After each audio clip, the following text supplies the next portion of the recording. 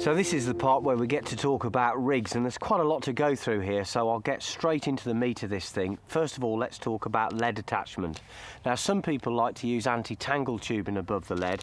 I prefer to use these leaders, secret trap leaders. Now, there are two kinds. I'll show you this kind in a moment, but let me show you the first type, which is what we call a safety clip leader. Now, basically, what we're looking at here is a piece of mono, 40 pounds mono, that's been coated with plastic and impregnated with tungsten. I'll tell you the reasons why in a short while. This is what we call a safety clip leader. It's the first type, and you'll find that at one end you've got a heat welded loop here and a ring swivel. That's where your hook length goes and your lead goes. And then right down here at the other end you've got another heat welded loop, and that's where you tie your reel line on, which I'll show you how to do in a moment. Before you do that, however, you've got to attach what we call a safety clip to this leader. Now, I've got a safety clip and a tail rubber here. These are the ones that I use. These are made by Corda, and you can buy these in most good tackle shops. You've got the clip and you've got the rubber, and these have to be transferred to the leader. To do that, you'll need a needle. Now, you can use a lip closed baiting needle. The one I've got here is a stringer needle, and I've closed up the little hook slightly so that it won't dig into the tail rubber when I try to thread it onto the leader. So just close it up a touch, not fully. First thing to do, take your clip, put it onto the needle, put the end of the needle into the loop, and then pull the clip down onto the leader. Then you take the tail rubber. Again, push the tail rubber onto the needle, take the loop at the end of the leader, the one where your reel line's going to go, and then pull the tail rubber down just the same, and slide that down to the business end. Now, we've got a little bit more work to do yet. Obviously, I need to show you how to put the lead on, but first of all, let's look at how you connect this to the main line, and I use what's called a loop-to-loop connection. This is very simple to do. Take about 10 inches of line and double it over, forming a big open loop. Close the loop up by holding it so that it's doubled like this, and then form another loop, passing the loop in the end of the doubled section through the new loop twice.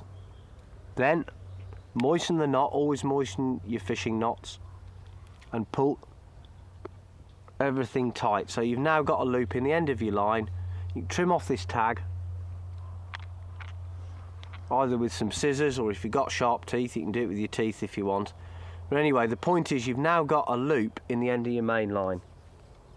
The way you connect it to the leader is very simple. Take the loop in the end of the main line and look at the loop in the end of the leader, the reel end one.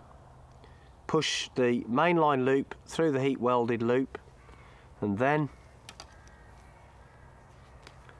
take the clip end of the leader and pass that through the loop in the end of the main line, and then draw the whole thing up tight. And what you end up with is a very good loop-to-loop connection. Now, I've never had this let me down, and the beauty of it is that if you just push this open and then feed the leader back through the loop in the main line, the whole thing disconnects, so you can change leaders instantly. It's very, very easy. We won't do that now though, because what we want to do at this stage is to connect the lead on. And that's really very simple. Let's go back down to the clip and the rubber. You'll find that there's a little lug here on the clip. If you just open that up slightly, take your lead, push it onto the lug so it sits on the little recess below, and then push the tail rubber, just feed it onto the clip like this, and your lead's now connected.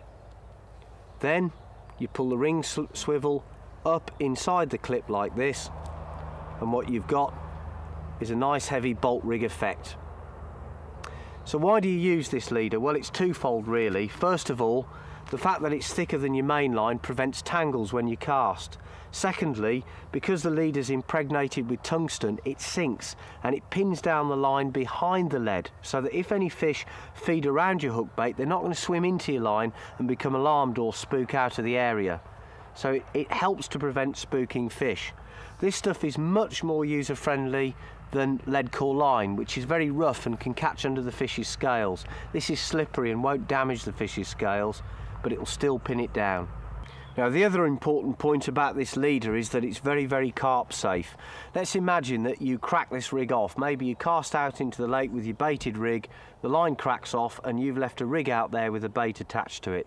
The danger is if the carp comes along and sucks in your bait, it's going to have to tow around all of this leader and a great big heavy lead. We obviously don't want that because the carp might become tethered up and it might injure itself. So what we're after is a bolt rig type setup that will actually disengage and disconnect. So what happens in this case is that under moderate pressure, should this leader snag in a bush or a branch or something, the clip will pull off the swivel at the end, it will slide all the way up the leader, and when it's wet, it's very slippery, it will just pull off the loop at the top. The whole lead system will fall off.